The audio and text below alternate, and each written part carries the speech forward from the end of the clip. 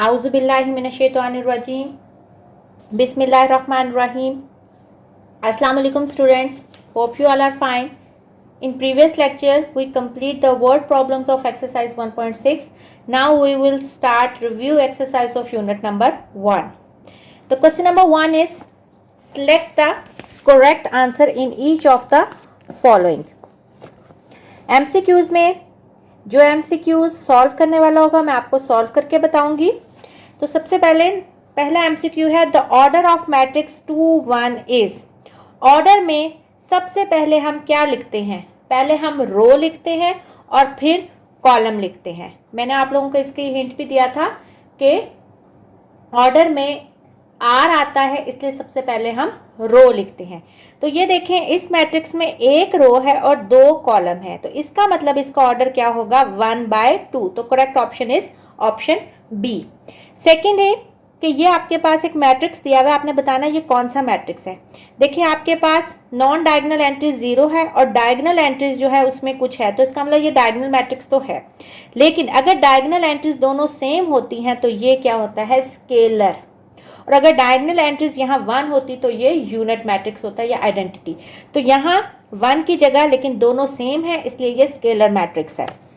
आप लोगों ने इसकी डेफिनेशन सारी करनी है जो आपने पीछे पढ़ी हैं, और आप लोगों ने इसकी समरी जो है उसको ज़रूर एक दफ़ा थॉरोली पढ़ना है क्योंकि उसमें से MCQs आते हैं. थर्ड MCQ है which is order of A square matrix. Square matrix का ऑर्डर क्या होता है? स्क्वायर मैट्रिक्स क्या होता है? जिसमें नंबर ऑफ रोज और नंबर ऑफ कॉलम्स बराबर होते हैं. तो ऑप्शन में अगर आप देखें तो यहाँ 2/2 है, इसका मतलब ये स्क्वायर मैट्रिक्स है. 1/2 भी नहीं है, 2/1 भी नहीं है और 3/2 भी नहीं है. तो इसका करेक्ट ऑप्शन है option number A. Order of transposes, ये आपके पास एक मैट्रिक्स दिया हुआ है लेकिन वो कहता है इसका ऑर्डर नहीं बल्कि इसके ट्रांसपोज का ऑर्डर आपने बताना है कि क्या है.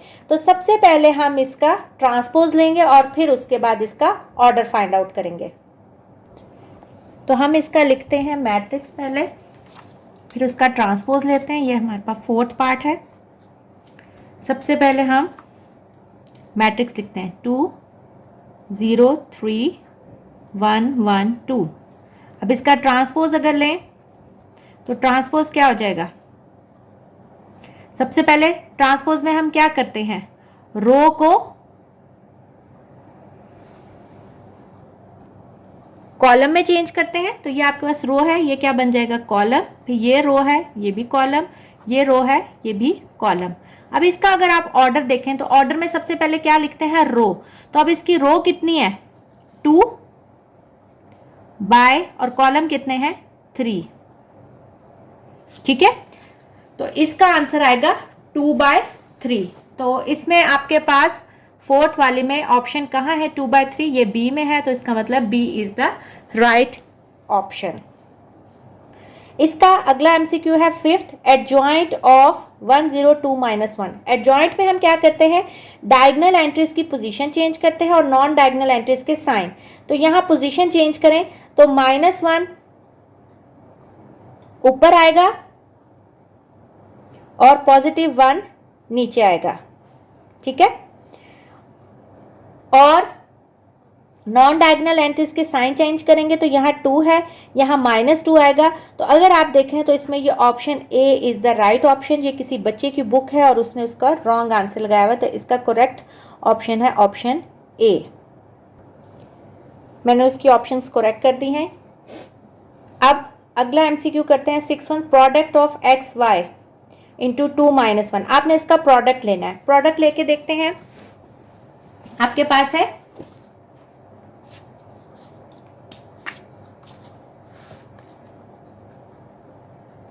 VI. अब आपने प्रोडक्ट लेना है, XY मैट्रिक्स है और साथ 2 - 1. प्रोडक्ट कैसे लेते हैं? आपके पास ये रो इस कॉलम से मल्टीप्लाई होगी, x 2 से मल्टीप्लाई होगा तो 2x और ये आ जाएगा आपके पास -y. तो ये आपके पास प्रोडक्ट आ गया 2x - y. तो ये आपके पास ऑप्शन है ऑप्शन सी. अगला एमसीक्यू है, if determinant of this matrix is equal to 0 then x is equal to. आपने x की वैल्यू फाइंड आउट करनी है, वो आपको कह रहा है डिटर्मिनेंट इसका 0 है, तो हम इसमें x की वैल्यू फाइंड आउट करेंगे। आपके पास डिटर्मिनेंट 0 है, मैट्रिक्स क्या है 2 3 6 x is equal to 0। Determinant में हम क्या करते हैं, डायगोनल एंट्रीज को आपस में मल्टीप्लाई करते हैं, बीच में माइनस का साइन, और फिर नॉन डायगोनल एंट्रीज को आपस में मल्टीप्लाई करते हैं, तो 6 इंटू 3, और आंसर आपका क्या आएगा 0। तो 2x minus 18 is equal to 0। ये माइनस है, वहां जाके क्या हो जाएगा प्लस, और ये 2 यहाँ मल्टीप्लाई हो रहा है, वहां जाके डिवाइड हो जाएगा, तो आंसर आ जाएगा आपके पास x इज इक्वल टू 9। तो करेक्ट ऑप्शन है ऑप्शन नंबर ए। इसका लास्ट एमसीक्यू है, इफ x प्लस ये matrix is equal to this then x is equal to. आपको इसको सॉल्व करना पड़ेगा, अपने x फाइंड आउट करना है आपको, ये उसने कंडीशन दी हुई है, तो हम कैसे सॉल्व करेंगे। एमसीक्यू है आपके पास 8, आपके पास दिया हुआ है x plus -1 -2 0 -1 is equal to 1 0 0 1। आपने x फाइंड आउट करना है। ये देखें, ये यहाँ प्लस है, तो इसका मतलब ये पूरा मैट्रिक्स जब उधर जाएगा तो ये प्लस जो है वो क्या बन जाएगा माइनस। तो हम यहाँ लिख सकते हैं, पहले ये मैट्रिक्स आएगा। अक्सर बच्चे ये गलती करते हैं कि इसके साथ माइनस लगा देते, नहीं, ये क्योंकि इज इक्वल टू के उधर जा रहा है, इसलिए ये वाला प्लस जो है वो किस में चेंज होगा, माइनस में। ये -1 0 -2 -1।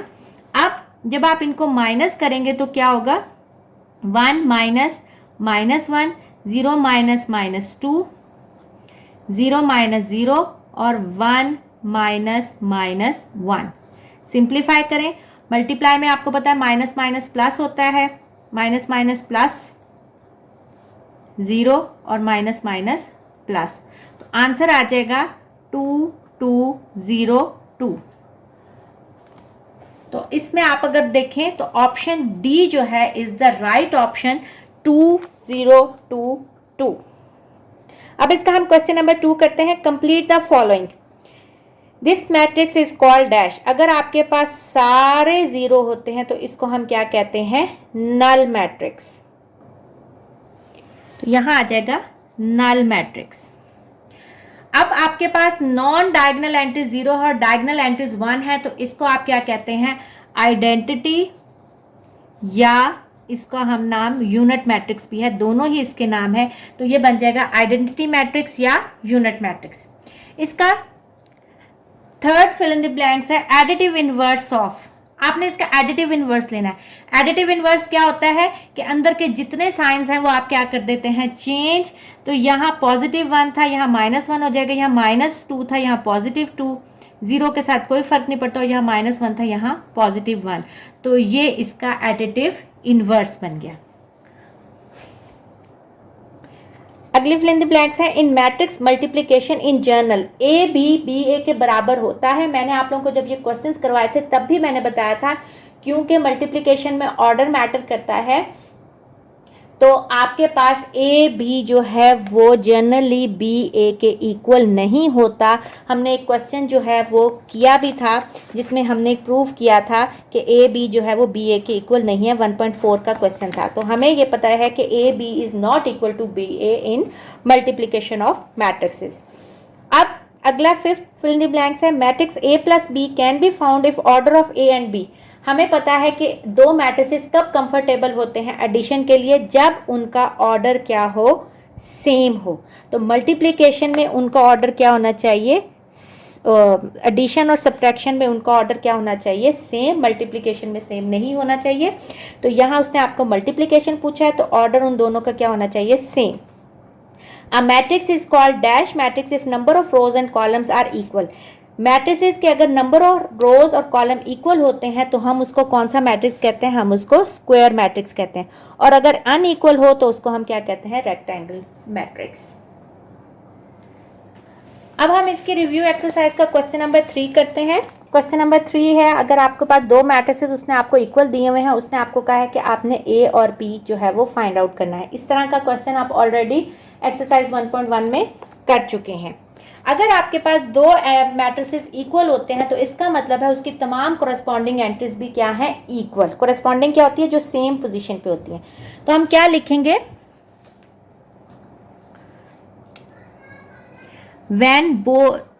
when two matrices are equal, then its corresponding entries are also equal।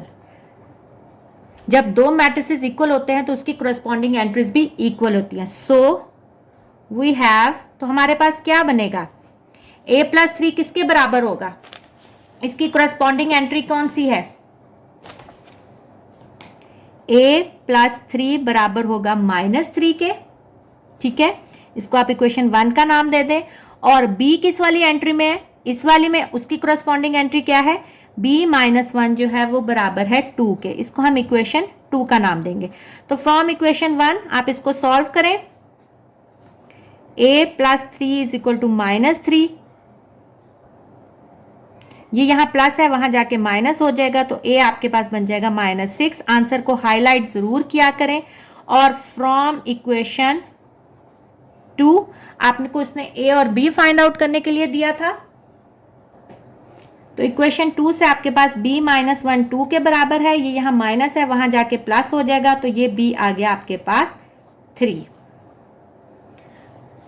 तो इस तरह उसने आपको a और b फाइंड आउट करने को कहा था, हमने a और b फाइंड आउट कर लिया है। आप लोगों के पास यहाँ आप लोगों ने इसकी प्रैक्टिस करनी है, और जो पिछले लेक्चर में आपके पास थोड़ा सा होमवर्क ज़्यादा था उसको कंप्लीट करें, ताकि जब आप लोग स्कूल आएँ तो आप लोगों का तमाम वर्क जो है वो कंप्लीट हो।